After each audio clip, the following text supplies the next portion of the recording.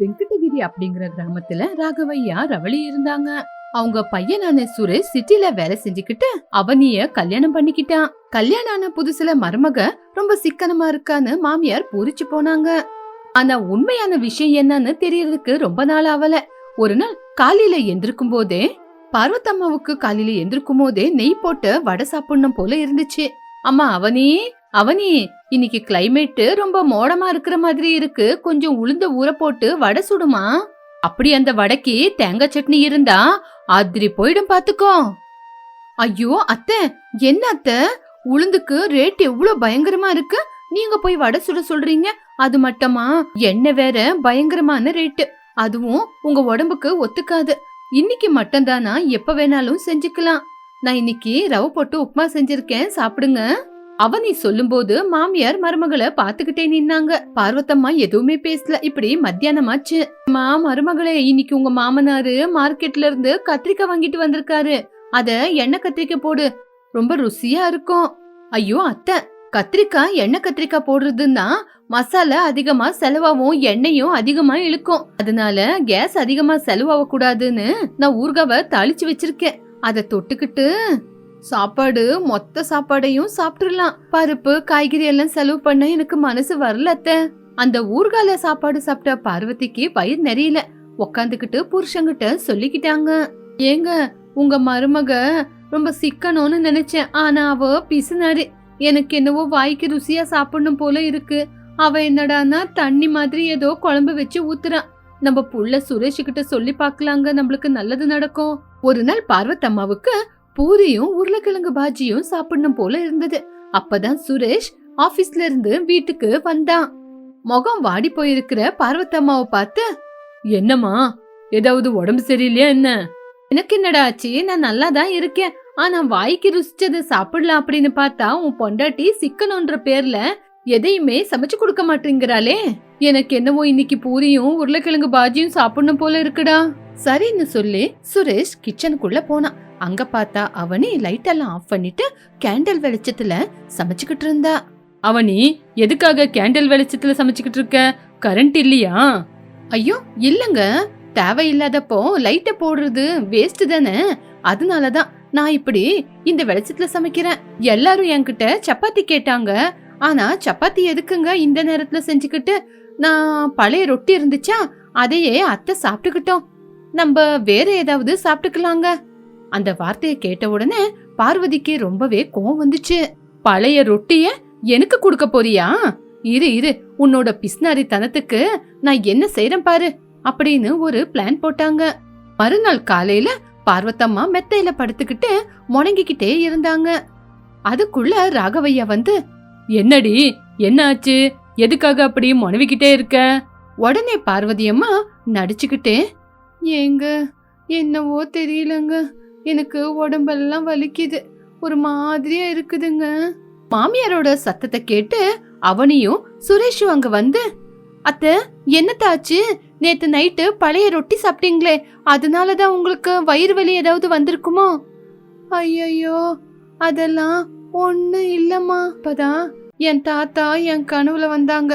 அம்மா பார்வதி, உன் மருமக காட்டுற பிஸ்னரி தனத்தினால உன்னோட வாழ்க்கையே நாசமா போயிடுது, அதனாலதான் நீ படுத்த இடத்துல படுத்திருக்க, இதுக்கு ஒரு பரிகாரம் இருக்குன்னு கூட சொன்னாங்க. என்னமா அது, உடனே டாக்டர் கிட்ட போலாமா? டாக்டர் எல்லாம் தேவையில்லடா, எங்க தாத்தா சொன்னாரு, நாளைக்கு காலையில விதவிதமா சமைச்சு 3 வகை சமையல் செஞ்சு விதவிதமா குழம்பு வச்சு வீட்டுல பலகாரம் எல்லாம் செஞ்சு நெய்ய விட்டு சாப்பாடு செஞ்சு அத 10 பேருக்கு பரிமாறி நானும் வயிறு நிறைய சாப்பிட்டா உயிரிட இருப்பனா, இல்லனா நாளைக்கு நைட்டுக்குள்ளேயே நான் பரலோகம் போயிடுவேன்னு சொன்னாருடா. அத்தை என்ன சொல்றீங்க, விதவிதமா சமைக்கணும், விதவிதமா பலகாரமா?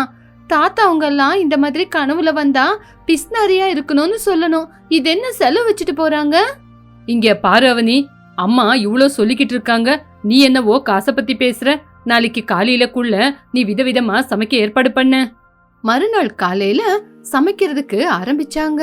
ஆனா அவனி அதுலயும் ஏதாவது செஞ்சு குறைக்க முடியுமா அப்படின்னு யோசிக்க ஆரம்பிச்சா. பார்வதி மட்டும் ஹால்ல உக்காந்துக்கிட்டு டைரக்ஷன் சொல்லிக்கிட்டு இருந்தா. அம்மா அவனி, சாம்பார்ல நெய்ய கொஞ்சம் அதிகமா விடுமா, வடைய நல்ல முருங்கல வேவச்சு எடு, பாயசத்துல முந்திரிய அதிகமா போடு. சாப்பிடுற நேரம் கூட வந்துச்சு. அவனி குட்டி குட்டி பிளேட்ல சாப்பாடோட குவான்டிட்டிய கூட குறைச்சு குட்டி குட்டி பிளேட்ல எல்லாருக்கும் ரொம்ப குறைச்சலா சாப்பாட போட்டு கொடுத்தா. அப்படியே பாயசத்துக்கு பால் அதிகமா ஊத்தாம தண்ணிய அதிகமா ஊத்தி பாயசத்தை கூட சிக்கனமா செஞ்சா. அத்தை, தாத்தா ஏழைங்களுக்கு பரிமாறணும்னு சொன்னாங்கல்ல, சின்ன சின்ன பிளேட்ல பரிமாறினா அவங்க கொஞ்சமா சாப்பிடுவாங்க, சாப்பாடும் மிச்சமாகும்ல. சரிடி அம்மா, முதல்ல எனக்கு பரிமாறு. அவனி பரிமாற ஆரம்பிச்சா. மாமியாரு அந்த சமையல் எல்லாம் பார்த்து, என்னடி இது இப்படி சமைச்சிருக்க, பாயசத்துல முந்திரிய காணோம். அத்தை, இது டயட் பாயசம் அத்தை, இப்படிதான் தண்ணி மாதிரி செய்யணுமா, தாத்தா கூட சொன்னாரு, இப்படி இருந்தாதான் ஜீரணமாகுமா. எண்ணெய் ஹார்ட்டுக்கெல்லாம் நல்லது இல்ல அத்தை, அதனாலதான் எண்ணெய குறைச்சல ஊத்தி வடைய சுட்டெடுத்த.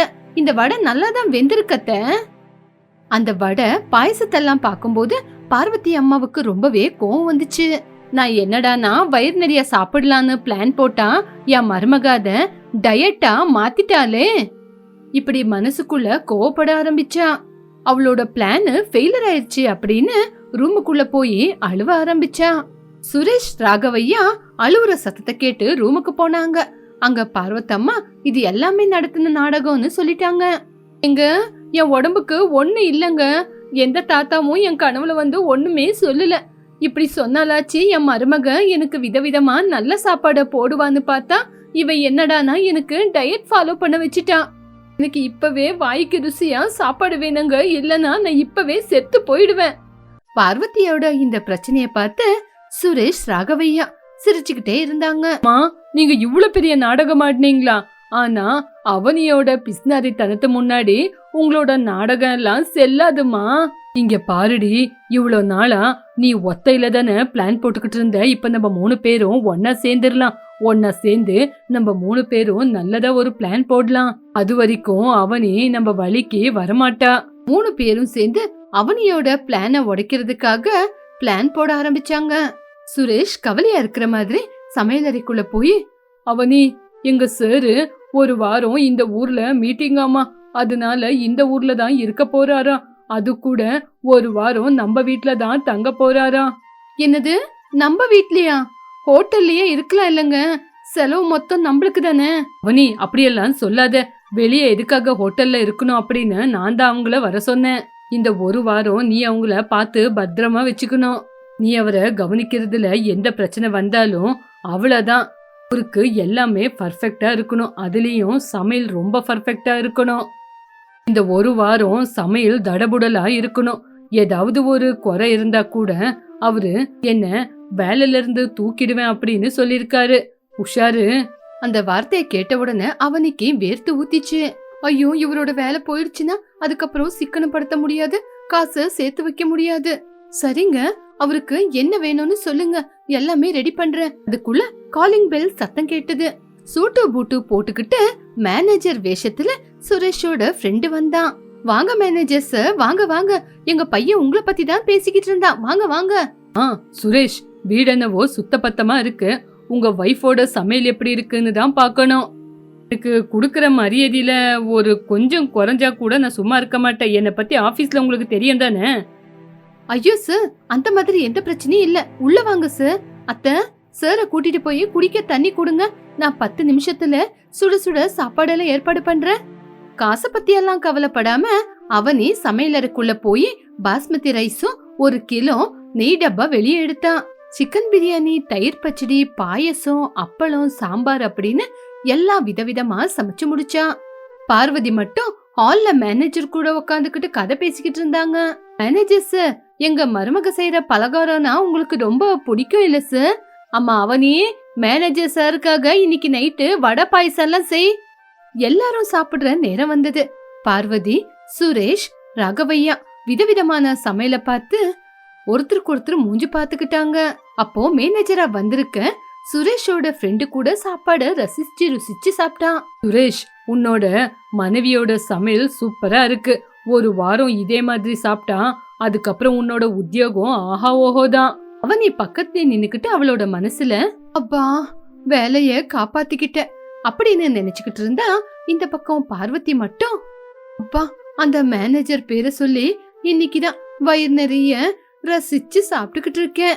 இப்படி ஒரு வாரம் மேனேஜர் பேர் சொல்லி மேனேஜர் சாப்பிட்டாரோ இல்லையோ, மாமியார் மட்டும் அவங்களுக்கு என்ன சமையல் வேணுமோ அத இஷ்டப்பட்டு மருமக கிட்ட கேட்டு கேட்டு சமைச்சு சாப்பிட்டுக்கிட்டு இருந்தாங்க. இந்த பிசுனாரி மருமக அதிகமா திங்கிற மாமியார் இவங்க 2 பேரை பார்த்து சுரேஷோட ஃப்ரெண்டு ஒரு பிளான போட்டான். இப்படி சாப்பிடறதுக்காக டைனிங் டேபிள்ல எல்லாரும் உட்கார்ந்து இருக்கும் போது மேனேஜர் கம்பீரமா பேச ஆரம்பிச்சான். சுரேஷ், நான் ஒரு வாரமா பாத்துக்கிட்டு இருக்கேன், உங்க மனைவி நல்லா சமைக்கிறாங்க. நான் இந்த ஒரு வாரமா கவனிச்சுக்கிட்டு வரேன், உங்க வீட்ல பேலன்ஸே இல்லையே. என்னாச்சு சார், சமையல்ல ஏதாவது பிரச்சனையா? இல்ல அவனி, உன்னோட நடவடிக்கையில ரூபா காசு செலவு பண்ண பின்னாடி முன்னாடி பாக்குற நீ இன்னைக்கு புருஷனோட வேலை போயிடும்னு இவ்ளோ காசு செலவு பண்ற.